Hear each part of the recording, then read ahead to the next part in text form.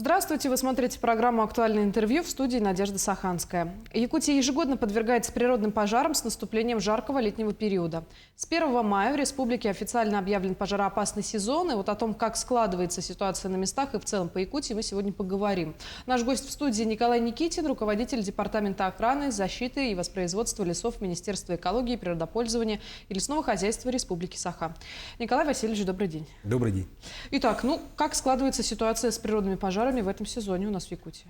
Начнем с прогноза, наверное, да. У нас ежегодно ФБУ Авиалесохрана нам предоставляет прогноз горимости на территории Российской Федерации. И у нас по прогнозам май месяц, скажем так, был в числе стабильных.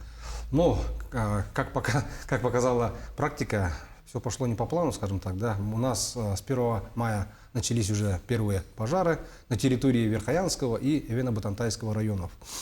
На сегодня у нас имеется уже зарегистрированных 124 пожара на площади чуть больше 32 тысяч гектаров и 187 ландшафтных пожаров, то есть это получается на землях сельхоз категории и других, да, то есть на площади более 6300 гектаров. То есть, да, и начну, наверное, с того, что у нас первые пожары в Верхоянском районе, это были пожары по причине перехода как раз-таки с земель иных категорий, то есть это несанкционированные палы на местах, то есть, да, люди поджигали, то есть сельхозугодья, и огонь переходил на лесные массивы. Вот. По горимости у нас на сегодня, то есть, да, имеем, что июнь месяц у нас ориентировочно центральная часть Якутии и до Вилюйской группы районов, вплоть до Мирного, и получается с восточной стороны, это вплоть до Тампонского района, будет стоять высокий класс пожарной опасности, то есть это те участки, где у нас будет, скажем так, простым языком сухо, жарко, ветрено, где, то есть при малейшей возможности огонь будет распространяться.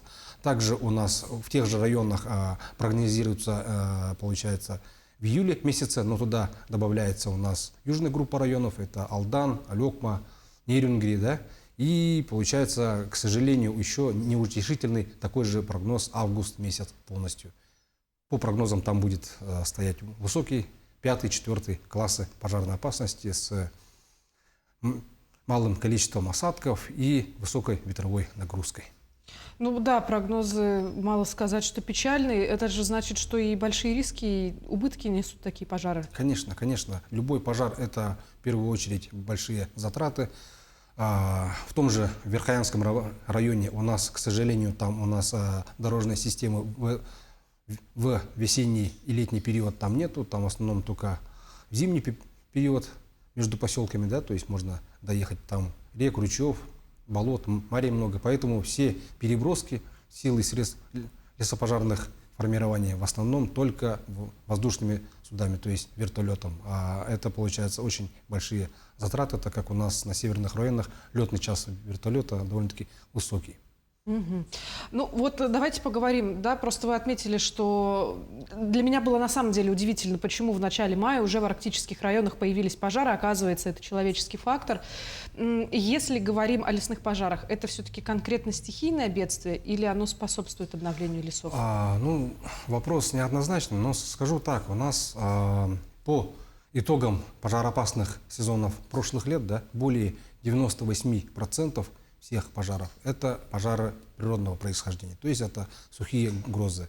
Вот у нас, к примеру, на сегодня уже имеется ряд более 5 пожаров уже по причине сухих гроз, то есть это в южной части Якутии. Да? У нас по причине вины человека это в основном весенний период, то есть получается все пожары, которые в весенний и бывает местами и в осенний период, да, это рукотворные пожары по вине человека. Но большая часть пожаров – это сухие грозы. И как сегодня уже отмечают, да, вот даже министр природных ресурсов России при выступлении у главы Российской Федерации Владимир Владимирович Путин, да, отметил, что в части Якутии отмечаются, то есть в северных районах отмечают уже такое явление, как пожары от сухих гроз. Если в прошлые, там, не знаю, 80-х, там, 70-х годах таких явлений как бы, то есть, не фиксировалось, то на сегодня мы имеем такое явление, как из-за сухих гроз именно в этих арктических зонах. Также у нас эти пожары в основном, то есть у нас вот пожары, которые возникают в труднодоступных, удаленных местах, да, где нету людей, то есть там причина это сухие грозы. Но сказать, что это прям стихийное, да, то есть не возьмут за такую ответственность, потому что пожар это в любом случае это естественное, да, то есть если оно имеет естественное происхождение, то это естественный процесс.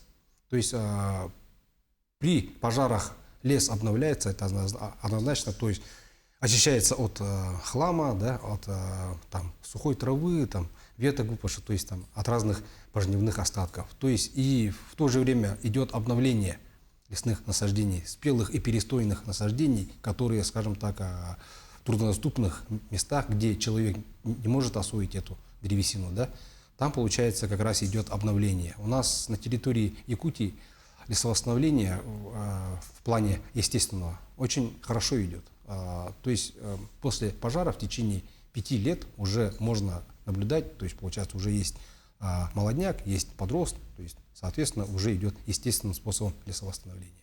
Но это если мы говорим про низовой пожар. Да, ну и низовой, и верховой в любом случае, то есть там получается, скажем так, везде отмечается гибель древесины на участках, пройденных пожарами, да, и получается после него идет обновление лесных насаждений. Это, скажем так, естественные процессы. Но есть пожары, конечно, да, рукотворные. Здесь, ну, в основном это вблизи населенных пунктов, да, где можно доехать, проехать и так далее, где, скажем так, ежегодно проходят вот эти вот пожары, да, то есть там пожар прошелся, молодняк вырос, к сожалению, там из-за неосторожности там, человека и так далее, еще раз повторно прошелся пожар, и весь молодняк снова выгорел. Соответственно, вот такие вот, да, места уже являются проблемными. Николай Васильевич, вот если мы говорим о том, что совершили сельхозпал и пожар перешел на лес, да, вот тревожная же ситуация была в Забайкалье, когда очень много детей поймали, которые по указке родителей шли и поджигали поля, но Забайкальский край не так далеко находится от Якутии. Тут есть риск того, что огонь может просто перейти с территории одного региона на другой?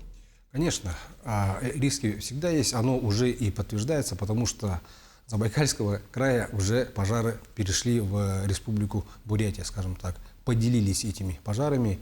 На сегодня там очень сложная обстановка на территории Забайкальского, Бурятии, и сейчас уже начинает разгораться Магаданская область, да, то есть пожары, да, это, к сожалению, скажем так, имеют, скажем так, такую тенденцию, что когда пожар разрастается, да, и плюс к этому погодные, то есть условия способствуют, то есть это ветровые нагрузки, да, отсутствие осадков, как у нас вот в Забайкалье, да, это получается уже пожары становятся очень крупными, десятитысячниками, по площади имею в виду, да, получается, то есть оно уже имеет стихийную, скажем так, силу. Вот.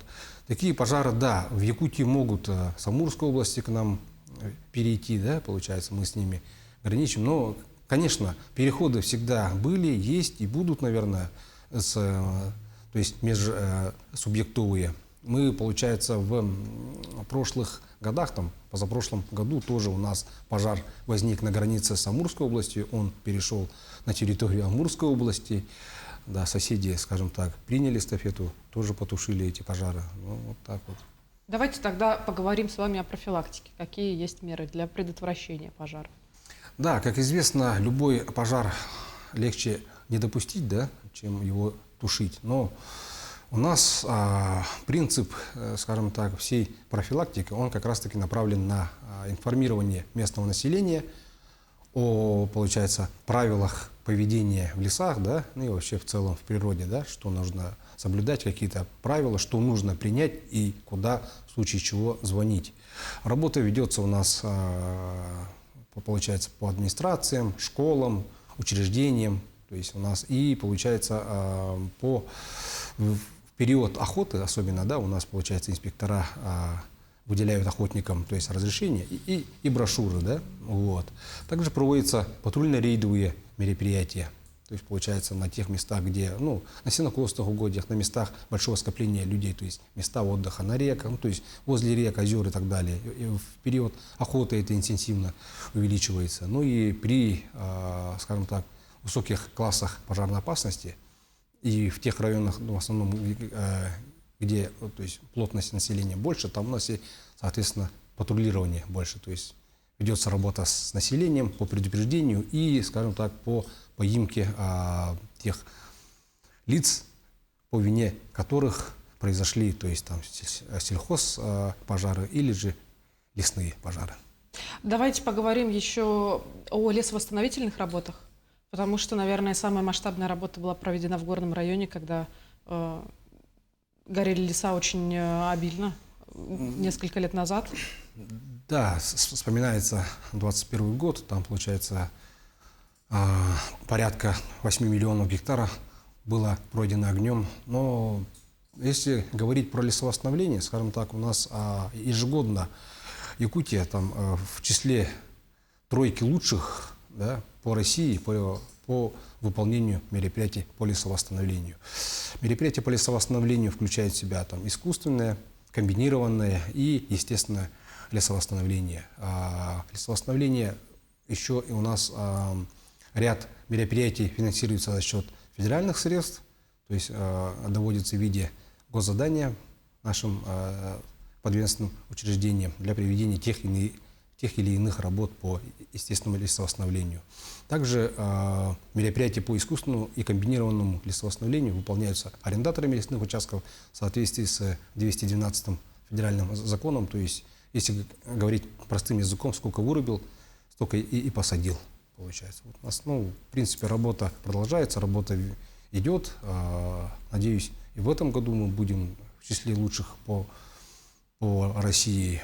Да, вот. И, ну, в целом у нас Россельхоз ежегодно ставит объемы по субъектам Российской Федерации. И, как уже говорил, Якутия его всегда выполняет и перевыполняет. Ну, это положительная тенденция. Да, это положительная тенденция. Вот. Ну и если говорить про последние года по лесным пожарам, да, то, получается, у нас в принципе идет в положительную сторону, то есть у нас как бы и народ, и правительство, и вообще в целом финансирование идет в положительную сторону. Я надеюсь, что как бы в этом году хорошо отработаем. Хочется верить. Николай Васильевич, большое спасибо, что нашли для нас время, поделились полезной информацией. Приходите к нам еще. Спасибо. Напомню, вы смотрели актуальное интервью. До встречи в эфире.